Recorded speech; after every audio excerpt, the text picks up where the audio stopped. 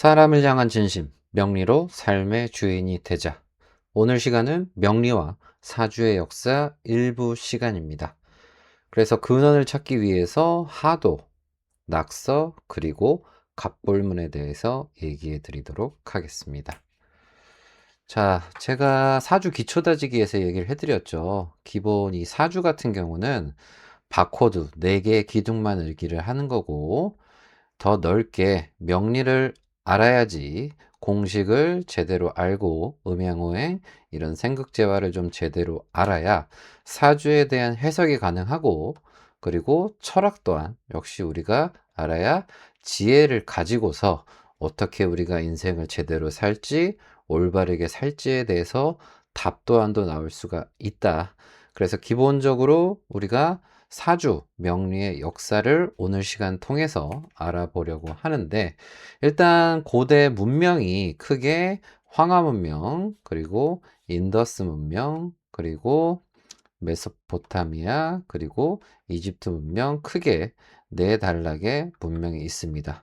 전부 다 뭐 황하강이라든가 인더스강이라든가 티그리스, 나일강 이런 물가 주변에서 문명이 발달을 했죠. 그래서 각각 뭐 시기적인 부분을 본다면 이런 메소포타미아가 먼저 등장을 했고, 그 다음에 이집트 문명이 등장을 했고, 다음 인더스 문명, 그리고 황하 문명이 이렇게 발전을 해왔다. 그래서 과정 속에서 어디가 뭐 기원전 뭐 5천년 전이다, 8천년 전이다, 뭐 이런 부분들도 있는데 학술적인 부분에선 뭐 이런 흐름들이 있습니다. 그럼 우리가 제대로 명리와 사주를 알기 위해선 황하 문명에 대해서 알아야 되겠죠. 동양 철학의 고향, 그리고 갑골문자, 뭐 천문, 기후, 관측 이런저런 많은 사건들이 있었는데 황하 문명 시대 때부터 우리가 얘기를 하면서 명리와 사주의 역사에 대해서 알아보도록 하겠습니다. 자, 일단 뭐 기원전 3000년경에 이 보키시라고 하는 분이 하도를 발견을 했고 뭐 만들었다. 그래서 이분이 황하강에서 용말을 봤다. 용의 머리 그리고 말의 몸이죠. 용말을 봤는데 이 용마의 등에 이런 바둑판, 바둑알 형식의 뭐 검은 점, 흰 점, 이렇게 점들이 1부터 10까지 숫자가 있더라. 그래서 이분 자체가 뭐 물고기 잡는 법을 알려준다든가, 그리고 뭐 인류 역사의 뭐 문명에 크게 기인, 그래서 이 복희 씨라고 하는 표현도 씨라는 게 좀 위대한, 좀 성인이라든가 역사적인 크게 뭐 물고기 잡는 법을 뭐 했다라고 해서 이런 성인들한테 붙는 그런 부분이 있습니다. 그래서 이분이 끊임없이 시대적으로 홍수가 나고 가뭄이 나고 너무 먹고 살기 힘드니까 이 부분을 어떻게 지혜롭게 좀 풀어내 볼 수 있을까 끊임없이 연구를 하다가 이 용마를 발견을 한 거죠. 그래서 이 용마를 발견을 하면서 등의 하도를 발견하면서 자연의 질서, 이런 숨겨진 규칙, 우주의 움직임을 발견을 했다. 그게 바로 하도라고 하는 거다. 그래서 하도는 이렇게 등짝에 있는 것들을 좀 보니까 이렇게 배치가 되겠다. 뭐 1, 2, 뭐 3, 4, 5가 이렇게 안쪽에 있고 바깥쪽에 나머지 6, 7, 8, 9, 10이 돼 있다. 그래서 만물을 낳는 생수가 1, 2, 3, 4, 5, 그리고 형체를 완성하는 성수가 6, 7, 8, 9, 10. 그래서 오행의 이런 숫자라든가 오행의 이런 상생을 서로 상생하는 관계구나. 이런 것들을 이런 하도의 발견을 통해서 깨달았고 음양합덕이다. 그래서 일육수 북 27, 뭐 남 38, 49, 50 이렇게 목화토금수가 될 수 있는 현재 바탕이 됐다. 그래서 이거를 발견을 하고 나서 이분이 하도만 한 게 아니라 복희팔계라 그래서 하늘만 있는 게 아니라 하늘이 있으니 땅이 있고 땅이 있으니까 하늘이 있고, 그리고 해가 있으니 달이 있고 달이 있으니 해가 있고 불이 있으니 물이 있고 물이 있으니 불이 있고 남이 있으니 여가 있고 여가 있으니 남이 있다. 그래서 양은 다른 게 아니구나. 이동하는 것도 있고 또 멈추는 것도 있더라. 이 모든 것들은 뭐가 더 낫다, 좋다, 나쁘다 이게 아니라 하나라는 거죠. 그래서 이분이 양을 짝대기 하나로 길게 표현합니다. 그리고 음은 짧게 짧게 해서 음을 이렇게 표현을 합니다. 그래서 이분이 8궤 8가지 기호를 만들게 되죠. 그래서 그분이 만든 게 이 복희 8궤라고 하는 게 이겁니다.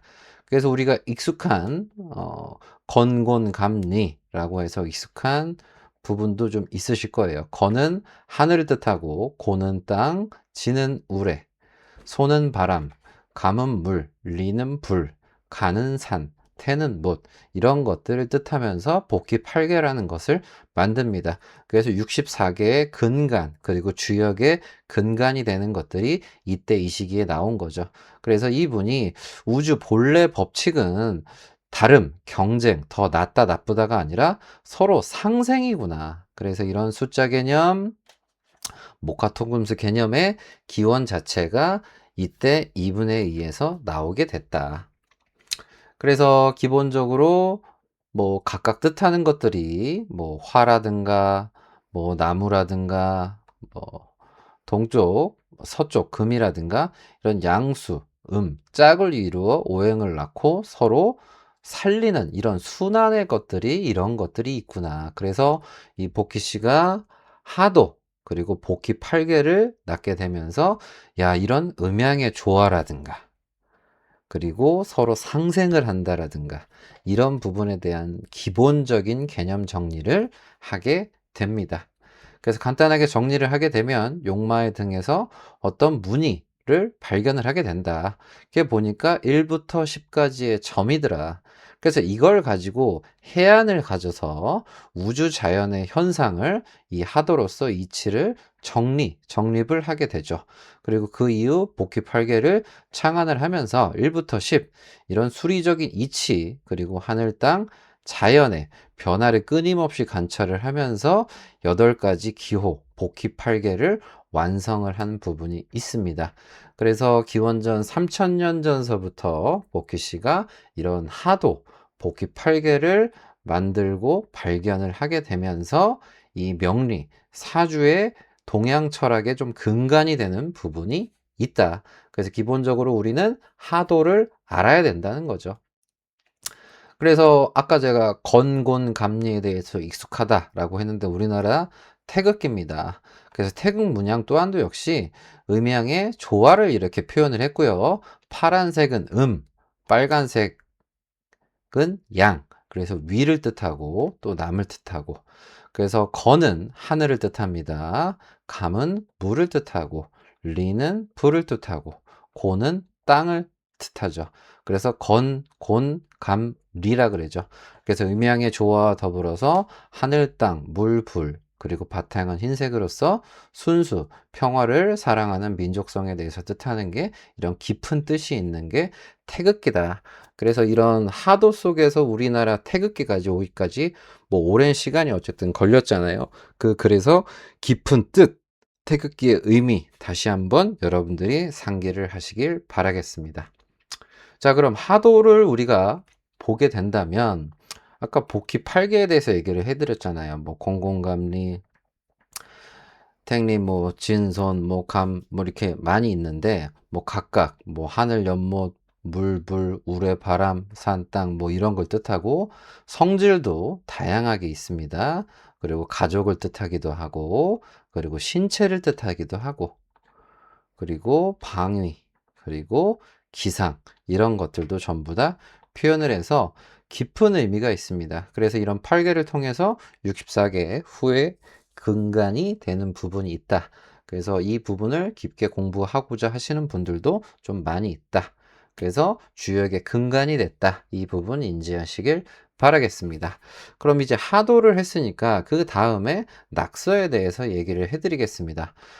하도는 뭐 기원전 3000년 전에 복희 씨라고 한다면 기원전 2000년 전에 하나라 우왕이 낙서라는 것을 또 발견을 하게 됩니다. 그래서 45개의 점을 발견을 했다. 그래서 낙수라고 하는 곳에서 우왕이 이 거북이를 발견을 했는데 이 거북이 등에 45개의 점이 있더라. 그래서 이 점들을 가지고서 우리가 보고 연구하고 이해를 하다 보니까 이게 서로 아까 하도는 상생을 의미하지만 이거는 상극을 의미하더라. 그래서 이 부분이 현실 세계의 변화와 대립, 그리고 계절과 시간, 역동적인 흐름을 표현을 한 부분이 낙서더라. 그래서 우왕이 낙수에서 낙서를 거북이 등껍질에 새겨진 점들을 보면서 발견을 한 게 낙서다. 그래서 낙서는 보니까 뭐 바둑판에서 이렇게 표현을 하게 되면 뭐 목화토금수 뭐 1, 2, 3, 4, 5, 6, 7, 8, 9. 그러니까 하도는 1부터 10까지 표현을 했지만 낙서는 1부터 9까지의 수를 현실의 상극과 변화를 제시했다. 그래서 낙서는 기본적으로 시대적 부분 자체가 이런 홍수, 풍파 그런 시기 속에서 좀 발견을 했어요. 그래서 현실적인 상극, 변화, 이런 해결책 그런 부분들이 좀 담겨 있습니다. 그래서 현실의 역동적인 변화 쓰임, 하도는 상생, 낙서는 상극을 표현을 합니다. 상극이라는 게 다른 거 없습니다. 숫자, 수, 일수. 네, 수에서 화로 가게 되면 이런 수극화가 되죠. 그리고 화에서 또 극을 가게 되면 화극금이고요. 그리고 금극목, 그리고 목극토, 토극수. 이게 바로 낙서에 나와 있는 부분인 거죠. 그래서 전부 다 극을 한다는 거예요. 극. 그래서 이 오행을 가지고서 표현을 한다라고 한다면 뭐 화극금, 금극목 이런 부분들이 전부 다 이렇게 표현이 되어져 있다. 그래서 현 상황에서 우리는 기본적으로 생을 하기도 하지만 이런 극적인 부분들이 낙서에 나와 있다. 그래서 하도 따로 낙서 따로 보는 게 아니라 하도와 낙서를 같이 보는 게 중요합니다. 그래서 간단하게 표현을 정리를 하면 하나라 우왕이 낙서를 거북이 등껍질에서 발견을 했고 이 부분이 주나라 한나라를 거치며 아홉 칸짜리 낙서 구궁도, 그래서 이게 낙서 구궁도입니다. 그래서 16수고요, 27 화, 38목, 49금, 50 이런 토, 이런 구궁도가 시간이 지나면서 완성이 됐다. 그래서 낙서 구궁도도 요 기원전 2000년 전서부터 낙서의 발견, 우왕이 발견한 낙서의 근간에 의해서 이렇게 발전하면서 오게 됐구나. 요걸 인지하시길 바라겠습니다. 그러면 이제 복희씨, 그리고 하나라 우왕, 그리고 기원전 1300년 전 요 상나라에 대해서 우리가 얘기를 하면서 마지막 갑골문에 대해서 얘기를 하도록 하겠습니다. 그래서 요즘도 뭐 점 이런 것들을 어쨌든 보시는 분들이 계시는데 과거도 점을 어떻게 봤냐, 거북이 이런 등껍질에다가 불을 지져요. 불을 지지면 갈라지잖아요. 금, 복점, 금이 간다. 금이 가는 걸 점을 친다. 괴서. 그래서 뭐 산통을 흔들어 가지고 뭐 뽑기 하는 거 있지 않습니까? 그렇게 이제 점을 보는 거예요. 그래서 이 신의 뜻이나 이런 길, 흉, 하냐 마냐 라는 부분들을 그 시대에 점을 쳤다. 그래서 상나라 때 이렇게 거북이 등껍질을 가지고서 뭐 소뼈를 가지고서 불에 지졌는데 탁 하면 금이 갈라지잖아요. 탁 하면서 금이 갈라지잖아. 그럼 금이 갈라지면서 이걸 가지고 신의 뜻이다 어떻다 저떻다 라고 하는 걸 했고, 더불어서 그걸 가지고 이렇게 결과라든가 이런 걸 가지고 문양을 새겼다. 그래서 그게 갑골문이 됐다 라고 하는 걸 여러분들이 인지하시길 바라겠습니다. 그래서 그때는 하늘에 태양이 10개라고 생각을 했어요. 그게 바로 갑을병정, 무기경신, 임계. 하늘의 태양이 10개구나.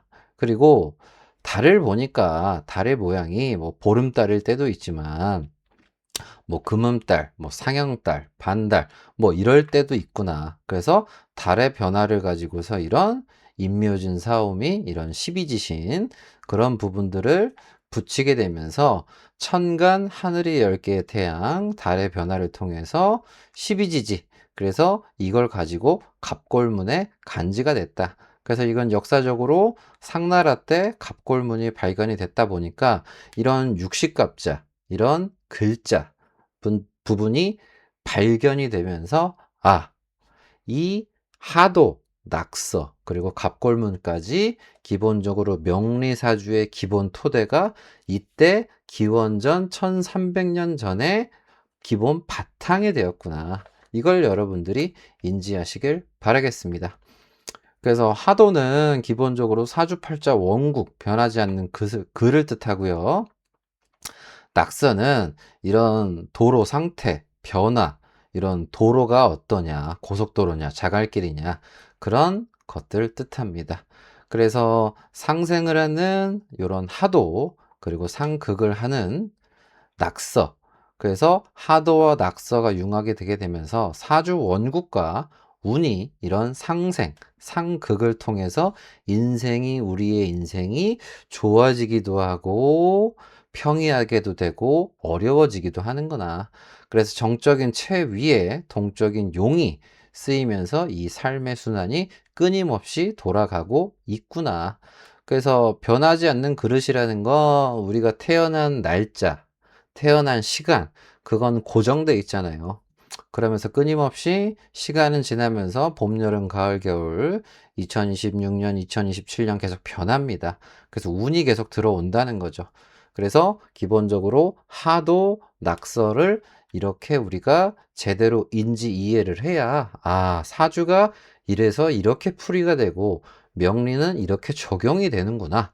이걸 이해하시길 바라겠습니다. 그래서 제 채널에도 있는 정호연님의 사주를 가지고서 좀 더 요걸 구체적으로 좀 표현을 해드리면, 사주는 태어난 연, 월, 일, 시가 정해져 있습니다. 이건 고정돼 있어요. 그걸 바로 이 채, 그러면 이 채가 하도라 그랬고 이 하도는 상생이라 그랬습니다. 그래서 고정되어 있는 8가지 글자, 이 사람의 DNA, 근본 뼈대는 이런 게 있구나. 그래서 그거를 몸체라 표현을 하고요. 씨앗, 그리고 뭘 담을 수 있는 그릇, 그리고 성격, 연극에 어찌 보면 또 주인공, 자동차로도 표현이 될 수가 있어요. 그럼 밑에 있는 게 바로 대운입니다. 대운수가 6인 사람도 있고 1인 사람도 있고, 정호연님은 대운수가 6이니까 6, 16, 26 이렇게 갑니다. 그래서 용은 낙서라 그랬어요. 그래서 서로 이런 상극의 관계, 사주는 8글자지만 정해져 있는 부분이지만 대운, 세운은 계속 흐른다. 그게 바로 시간이고 계절이다. 몸체, 그리고 이건 쓸 용입니다. 씨앗이면 용은 나무고요. 그릇이면 거기에 담길 물이고요. 성격이면 그에 따른 또 행동이고, 연극의 주인공이면 주변의 무대와 소품이라고 할 수 있고, 자동차면 자동차가 지나가는 도로 상태. 그래서 기본적으로 사주 원국에 대한 부분도 좋아야 하고, 그리고 대운, 세운, 요 운도 좋아야 됩니다. 그래서 둘 다 좋은 분도 있고 둘 다 좀 어려운 분도 있고, 하나는 좋고 하나는 또 안 좋으신 분들도 계십니다. 그래서 우리는 사주를 기본적으로 풀이하고 얘기를 할 때 어느 하나의 것만 보고 하는 게 아니라 이런 하도적인 부분, 낙서적인 부분, 이런 채용, 모든 걸 동시에 보고서 얘기를 해야 되는 부분이다 보니까 깊이 있게 우리가 공부하고 쉽사리 함부로 얘기하면 안 된다. 이걸 이해하시길 바라겠습니다. 그래서 채와 용의 원리를 간단하게 그림으로 다시 표현하면, 하도, 복희 씨가 하도를 발견했고 그럼 복희 8개를 만들었고, 그리고 우왕이 시간이 지나서 낙서를 보고 발견을 했다. 그래서 복희 씨의 이런 하도, 우왕의 낙서를 통해서 사주 최원구, 그리고 용, 대운, 세운, 이런 것들이 될 수 있는 기본 바탕이 됐구나. 그래서 기본적으로 채만 중요한 것도 아니고 용만 중요한 것도 아니고 채, 용, 합, 일, 이런 것들이 같이 어우러진 게 중요하고, 이게 운명의 흐름 속에 있다. 그러면서 상나라 때는 그 이전서부터 또한도 역시 복서, 점을 쳤다. 점을 치면서 등껍질이 갈라지고 뭐 소뼈가 갈라지고 하면서 요걸 판단을 했다. 신한테 뜻을 물었다고 했다. 그러면서 갑골문이 탕생을 했고, 그리고 후에 이 명리학으로 발전을 하게 되면서 명리학에는 이런 우왕의 낙서, 보키시의 하도, 그리고 상나라 때 이런 갑골문까지 모든 것들이 같이 다 담겨 있다. 이 부분을 이해하시면서 이 명리학, 사주, 역사 부분에서 기본 일부로 간단하게 표현을 해드렸으니까 이걸 우리가 알아야 내가 명리 공부한다, 사주 공부한다. 근원을 좀 알려드리는 시간이었으니까 이 부분 참고하셔서 활용을 잘 하시길 바라겠습니다. 사람을 향한 진심, 명리로 삶의 주인이 우리가 다 구독자분들이 되셨으면 좋겠습니다. 다음 시간에 더 알찬 2부 내용으로 찾아뵙도록 하겠습니다. 감사합니다.